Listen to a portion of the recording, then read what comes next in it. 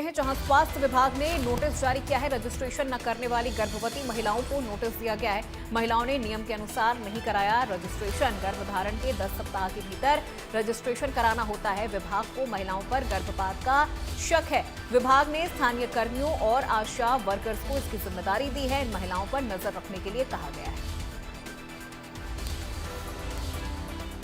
चंडीगढ़ से ये बड़ी खबर, जहां स्वास्थ्य विभाग ने नोटिस जारी किया है। गर्भवती महिलाओं को ये नोटिस जारी किया गया है जिन्होंने गर्भधारण के 10 सप्ताह के अंदर रजिस्ट्रेशन नहीं करवाया है। ऐसी महिलाओं को लेकर ये शक जताया जा रहा है कि कहीं ये गर्भपात न करवा ले। महिलाओं ने नियम के अनुसार रजिस्ट्रेशन नहीं करवाया है और विभाग को महिलाओं पर गर्भपात का शक हो रहा है, जिसके बाद आशा वर्कर्स को इन महिलाओं पर खास नजर रखने के लिए कहा गया है। स्वास्थ्य विभाग ने गर्भवती महिलाओं को ये नोटिस जारी किया है रजिस्ट्रेशन करवाने के लिए। रजिस्ट्रेशन न करने वाली गर्भवती महिलाओं को ये नोटिस जारी किया गया है।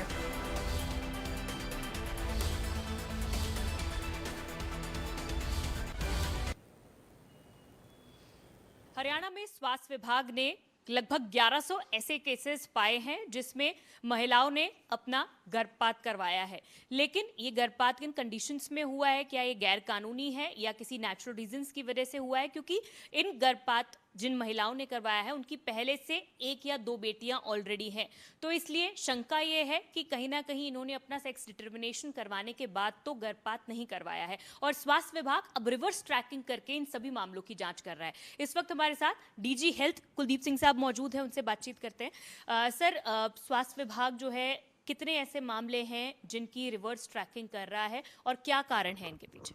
देखिए मैम, जुलाई तक हमारे पास 1139 मामले हमारे को पता लगा है। अब जिनकी सिर्फ लड़कियां थी और लड़कियां उन्होंने 12 वीक के बाद अबॉर्शन उनका हुआ है, चाहे अबॉर्शन इंड्यूस था यानी अबॉर्शन किसी डॉक्टर द्वारा किया गया है या ये है उन्होंने कभी अपने आप अबॉर्ट हो गया। हम इन सभी मामलों की रिवर्स ट्रैकिंग कर रहे हैं। अभी इनमें कहीं ये अबॉर्शन उन्होंने सेक्स डिटर्मिनेशन के बाद तो नहीं किया। अगर सेक्स डिटर्मिनेशन के बाद करवाया है तो जो अभी सेक्स डिटर्मिनेशन करवाने वाली औरत है उसका भी और जिसने सेक्स डिटर्मिनेशन किया है उसके खिलाफ भी एज पर पीसीपीएनडीटी एक्ट कार्रवाई बनती है सेक्शन 23 के तहत। उन दोनों के खिलाफ हम कार्रवाई करेंगे। और साथ के साथ ये है कि भी जहाँ पे गर्भपात हुआ है, अगर वो इलीगल सेंटर है या उसने जो एमटीपी एक्ट 1971 के तहत अगर पूरी फॉर्मेलिटी पूरी किए बगैर अबॉर्शन कर दिया है उसने, तो उनके खिलाफ भी हम कार्रवाई करेंगे।